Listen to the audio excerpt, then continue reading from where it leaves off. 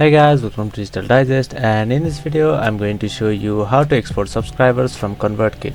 So to do that, first go to convertkit.com and log in with your account. After you're done, click on grow and then click on subscribers. Since I don't have any subscribers, I'm just going to quickly add one.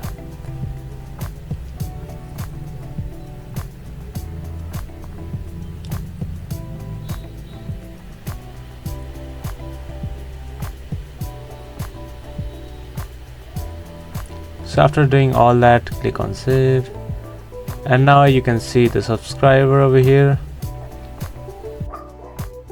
So now click on total subscribers and select here, and then on the options you can just see the export.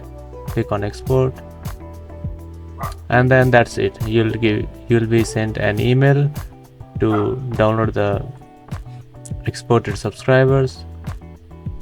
So there you can see the email and you can download it here. Thank you for watching this video, and I'll see you on the next one.